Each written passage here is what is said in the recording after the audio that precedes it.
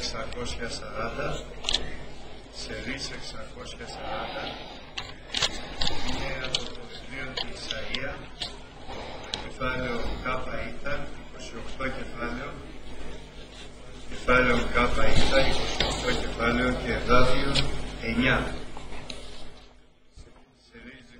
Nous allons lire à partir du livre Isaïe le prophète, chapitre 28, verset 9. Donc, livre d'Esaïe, chapitre 28, verset 9, Ancien Testament. À qui veut-on enseigner la sagesse? À qui veut-on donner des leçons? Est-ce à des enfants qui viennent d'être sevrés, qui viennent de quitter la mamelle? Car c'est précepte sur enseignement, règle sur règle et règle sur règle, un peu ici, un peu là. Eh bien, c'est par des hommes aux lèvres balbutiantes et au langage barbare que l'Éternel parlera à ce peuple. Il lui disait, « Voici le repos. Laissez reposer celui qui est fatigué. Voici le lieu du repos. » Mais ils n'ont pas voulu écouter. Et pour eux, la parole de l'Éternel sera précepte sur précepte et précepte sur précepte, règle sur règle et règle sur règle, un peu ici, un peu là, afin qu'en marchant, ils tombent à la renverse et se brisent, afin qu'ils soient enlacés et pris. Écoutez donc la parole de l'Éternel, moqueur. Vous qui dominez sur ce peuple de Jérusalem, vous dites, « Nous avons fait une alliance avec la mort, nous avons fait un pacte avec le séjour des morts. » Quand le fléau débordé passera, il ne nous atteindra pas, car nous avons la fausseté pour refuge et le mensonge pour abri. C'est pourquoi ainsi parle le Seigneur, l'Éternel. Voici, j'ai mis pour fondement Sion une pierre éprouvée, une pierre angulaire de prix, solidement posée. Celui qui la prendra pour appui n'aura pas hâte de fuir. Je ferai de la droiture une règle et de la justice un niveau. Et la grêle emportera le refuge de la fausseté, et les eaux inonderont l'abri du mensonge. Votre alliance avec la mort sera détruite. Votre pacte avec le séjour des morts ne subsistera pas. Quand le fléau débordé passera, vous serez par lui foulé aux pieds. Chaque fois qu'il passera, il vous saisira, car il passera tous les matins, le jour et la nuit, et son bruit seul donnera l'épouvante.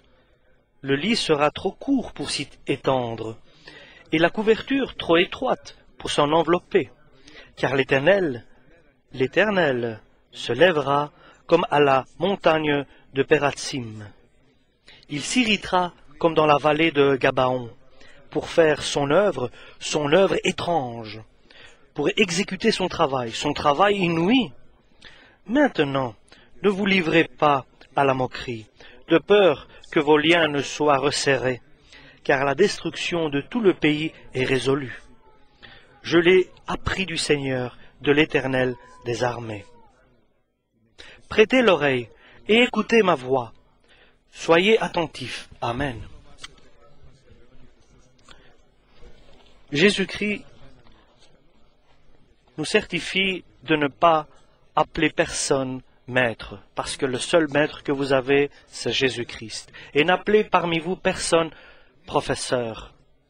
Et ne vous appelez pas vous-même professeur, parce qu'il y a un qui est notre maître, notre professeur et notre éducateur, c'est Jésus-Christ. Et certainement Jésus-Christ, déjà à l'Ancien Testament, surtout maintenant dans la Nouvelle, il s'intéresse surtout à l'enseignement de son peuple, à l'éducation de son peuple, à l'initiation de son peuple. Parce que la connaissance de la vérité, elle peut aider à amener l'homme à la sagesse divine, puisque au départ, comme préalable, il y a la crainte de Dieu, parce que nous savons que le début de la bénédiction est la crainte de Dieu. Et la bénédiction de Dieu vient lorsque on commence à avoir la crainte de la parole de Dieu. Donc on la prend en considération. Et le Seigneur nous certifie que l'enseignement qu'il fait vers tous les hommes a de bons résultats.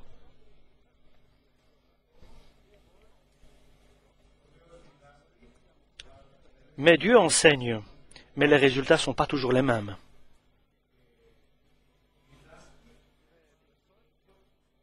Le Seigneur enseigne son propre peuple, nous, parce que nous sommes venus patientant, en attendant et en obéissant à la parole de Dieu. Et nous désirons que la parole de Dieu agisse avec force parmi les fidèles, et nous sommes fidèles. Mais la parole de Dieu n'a pas le même résultat chez tout le monde. Chez certains, a des résultats merveilleux, chez d'autres, sont plus limités, et chez certains, pas du tout. Et Dieu se demande, à qui vais-je enseigner en fin de compte? À qui vais-je enseigner ma sagesse? Qui vais-je faire qu'il comprenne mon enseignement? Et ce il voit en face de lui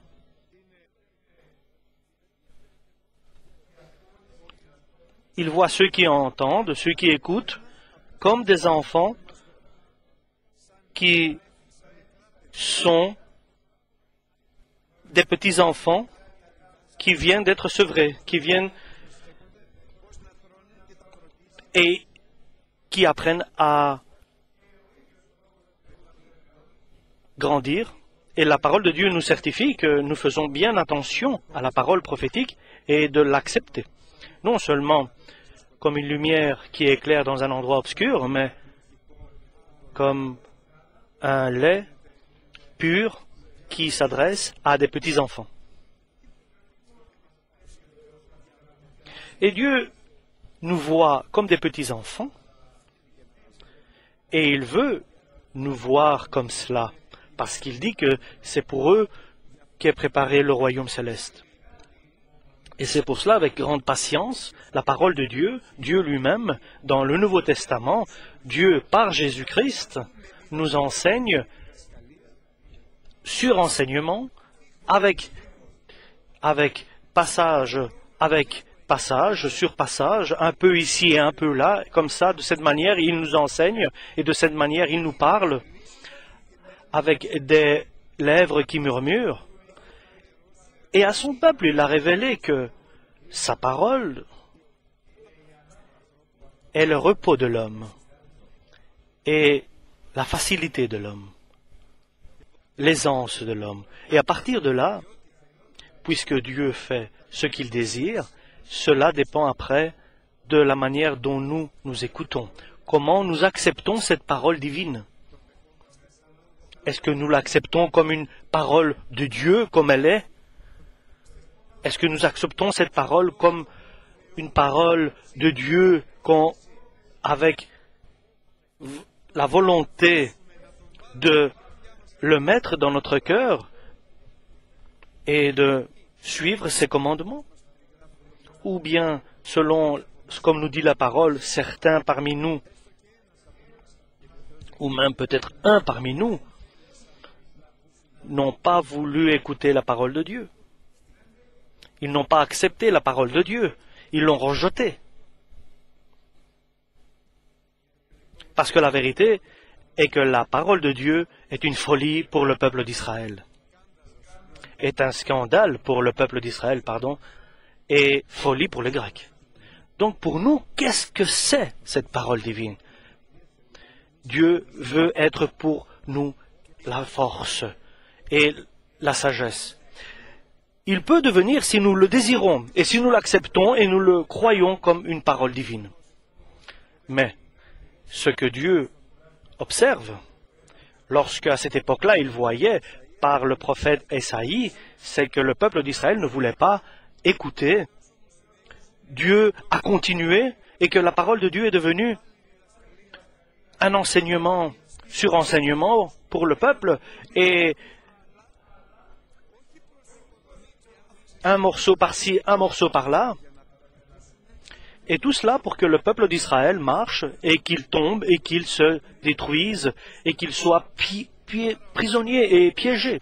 Donc la parole de Dieu, lorsqu'elle arrive à nos oreilles, selon de quelle manière nous l'entendons et de quelle manière nous l'acceptons, elle va devenir pour nous une parole de bénédiction ou bien une parole de Dieu pour tomber, de malédiction. Et cela ne dépend pas de Dieu. Dieu est triste lorsque nous n'acceptons pas la parole de Dieu comme on devrait l'accepter.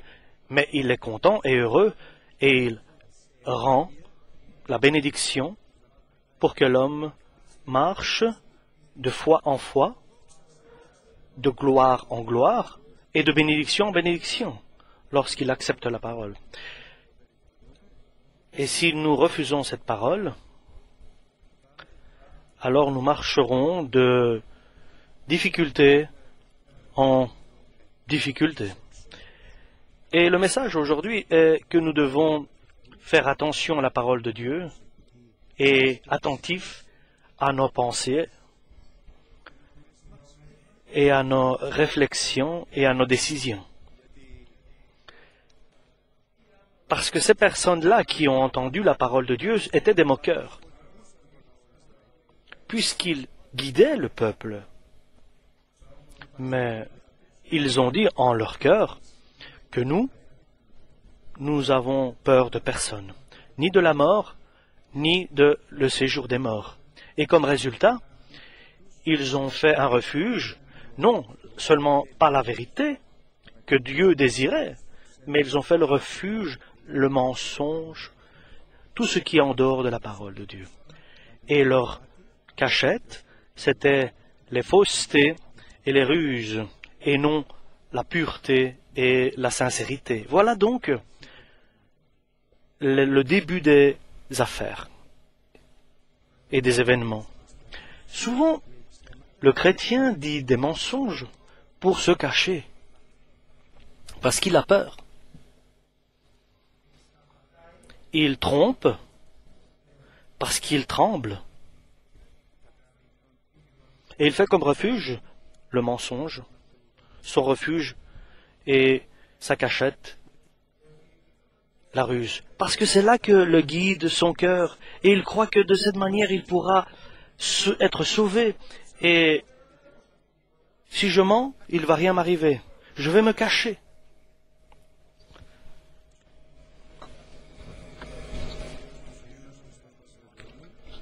Mais notre Seigneur nous certifie que la vérité libère.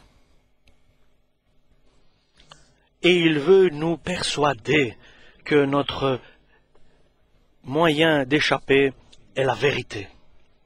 Et que notre moyen d'être libre est Jésus-Christ. Et notre cachette, là où nous allons nous cacher, soit la croix de Golgotha, donc la justice de Dieu, la grâce de Dieu. Et parce que nous sommes des hommes et nous subissons tous les mêmes difficultés, le mensonge, j'ai eu peur et je ne pouvais pas dire la vérité. Et ma cachette était de faire une tromperie pour être sauvé. Et Dieu dit, non, ne fais pas ça. Ni salut, ni de paix tu trouveras dans le mensonge. La parole de Dieu est la sécurité de l'homme, est l'assurance de l'homme. Au contraire, le mensonge va te guider pour que vienne l'enseignement de Dieu pour te mettre dans les épreuves difficiles.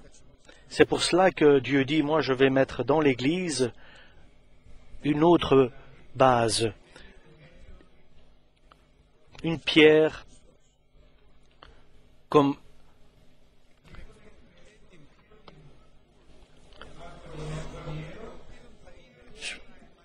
et cette pierre sera vraiment les fondements de l'Église et qui sera un endroit où nous pourrons aller nous réfugier. Et là ira celui qui croira en cette pierre, qui sera posée pour l'édifice, comme fondement pour l'édifice. Et lorsque nous mentons, nous avons peur de ne pas être gênés ou être ridiculisés ou avoir des événements difficiles pour nous. Mais ça, c'est un mensonge. C'est un mensonge du diable. Seulement la vérité, seulement le Christ qui est la vérité, seulement la croix de Golgotha qui est notre justice, parce que le sang du Christ est versé et nous purifie de tout péché, est l'endroit qui nous assure et notre protection. Parce que Dieu, lorsqu'il voit cette décision, c'est une décision qui n'est pas une décision logique, mais c'est une décision de foi. Et il nous appelle à prendre aujourd'hui tous ensemble cette décision. Ce n'est pas une décision de logique, parce que la logique humaine, parce que cette justice humaine est sale comme un vêtement.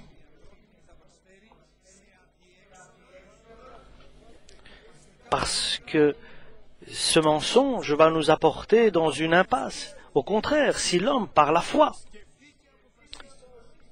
pense, réfléchit et décide que d'aujourd'hui, à partir d'aujourd'hui, mon fondement sera la vérité, mon fondement sera l'assurance que Dieu pose dans l'Église, Jésus-Christ. Et ma cachette, là où je vais aller me cacher, me réfugier, sera la justice de Dieu, le sang du Christ, la croix de Golgotha, comme exactement nous dit l'apôtre Paul. À partir de maintenant, j'ai décidé de ne rien connaître d'autre, ni sagesse, ni philosophie, ni ruse, ni opinion, ni de rien connaître d'autre, rien que Jésus-Christ est le Fils de Dieu vivant et Jésus-Christ crucifié sur la croix de Golgotha qui a versé son sang pour nous. Et alors, chers frères et sœurs, Dieu promet et certifie, il agira dans notre vie une œuvre terrible et une œuvre qui sera pour nous étonnante, pour notre salut et pour notre bénédiction et pour la gloire de Dieu. Et Jésus-Christ agira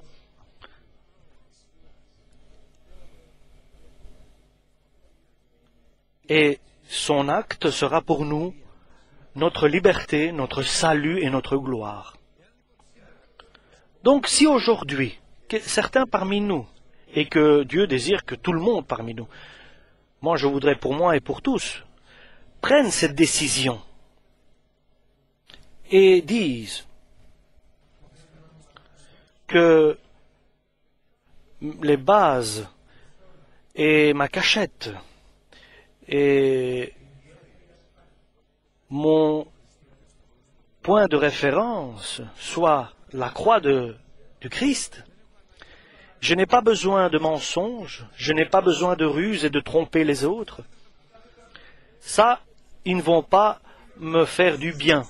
Ce qui va me faire du bien, c'est Jésus-Christ et son enseignement. Et il va me faire du bien non seulement pour me libérer et me sauver, mais aussi pour agir, pour qu'il agisse dans ma vie une œuvre exceptionnelle et fantastique et merveilleuse, pour qu'il agisse quelque chose d'unique dans ma vie. Et il me guidera non seulement d'être perdant, n'étant pas perdant jamais, mais toujours vainqueur, par la foi. Et que le Seigneur fasse que nous devenions toujours vainqueurs par Jésus-Christ. Que nous soyons toujours vainqueurs. Dieu a préparé pour nous un triomphe, et nous devons être vainqueurs, et nous devons nous baser sur cette parole, sur ces fondements qu'il a posés, qui est Jésus-Christ, la pierre angulaire dans l'Église. Et à part le total repos et salut et liberté et bénédiction, c'est qu'il va t'établir que tu sois une bonne odeur dans ton entourage. Donc tu seras une lumière dans ce monde et un sel, le sel dans ce monde. Une personne, non seulement bénie, et en plus utile. Non seulement quelqu'un qui a été par Dieu,